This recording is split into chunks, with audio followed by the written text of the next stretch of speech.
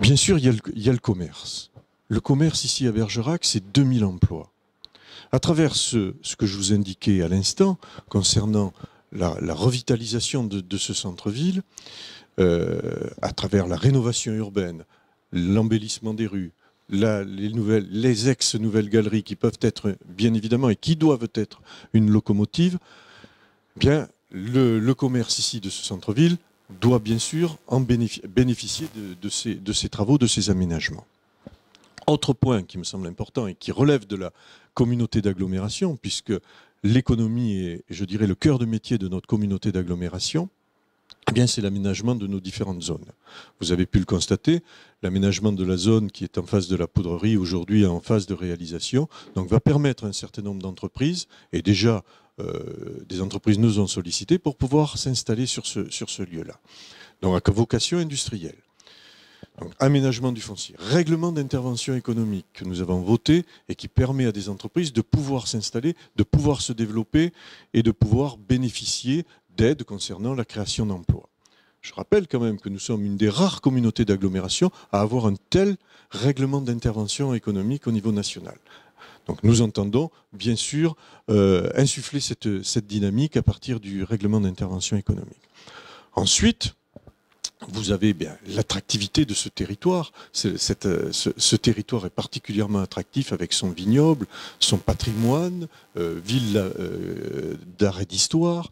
Donc valoriser tous ces éléments-là qui vont nous permettre et arrêter la dispersion, qu'on ait une véritable cohésion, une véritable mutualisation des moyens, notamment en termes touristiques, qui permettra eh bien, que l'économie locale, bien évidemment, puisse se développer. Autre point qui est essentiel, c'est la liaison avec Bordeaux par le ferroviaire. Donc, nous avons l'opportunité d'avoir la ligne à grande vitesse qui arrivera à Bordeaux en 2017. Donc, raccordons-nous très rapidement. Donc, et le travail est engagé afin que nous soyons en moins d'1 heure sur Bordeaux et 3 heures, donc Bergerac-Paris, donc permettant ainsi, eh bien, d'une part aux Bordelais, eh bien, de venir et d'établir résidence aussi sur Bergerac, parce que quand on voit le prix du foncier et de l'immobilier sur Bordeaux, c'est assez dissuasif. Et si nous sommes à 1 heure, il serait tout à fait envisageable, et déjà nous en avons un certain nombre de Bordelais qui vivent ici sur Bergerac, dans la mesure où l'autoroute permet donc cette liaison assez rapidement.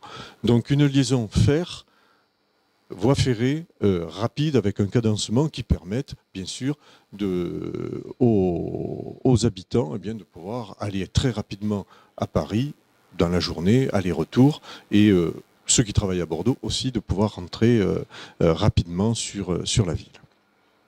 Nous avons eu le désenclavement routier et autoroutier, désenclavement aérien avec l'aéroport qui est quand même un point d'attraction important. Maintenant, travaillons sur le désenclavement par le fer et bien sûr le désenclavement numérique. Et peut-être après, il s'agira de désenclaver les esprits.